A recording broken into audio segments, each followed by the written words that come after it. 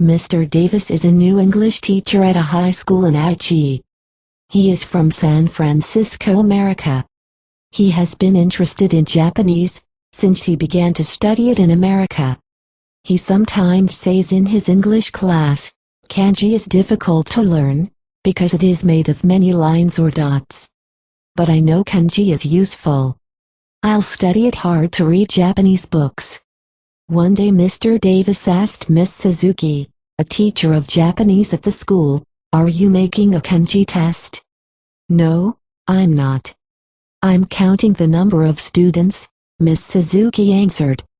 Miss Suzuki did a survey this morning to find how many books her students read in a month. And she was making a chart to tally up the answers. The chart was like this.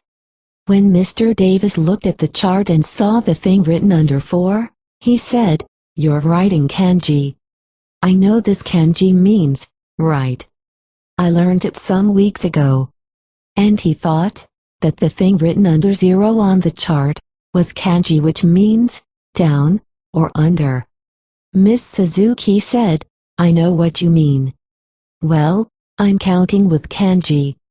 Then she wrote the first kanji on a piece of paper and explained how it is used to count.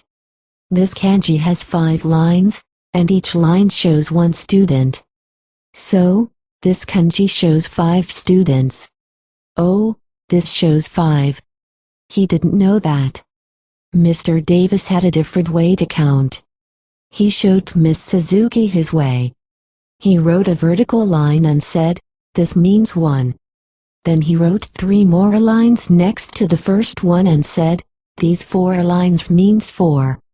After this, he wrote a line across those 4 lines and said, "This means 5."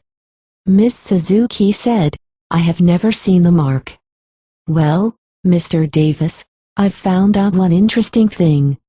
Put 1 more line on this mark and it will be like another kanji on this chart." He looked for the kanji and found it soon. "That's right, Mr. Davis. We use this kanji to show the number of books. This kanji is usually put after numbers." "I see. Thank you very much, Miss Suzuki. I hope you will do a good job."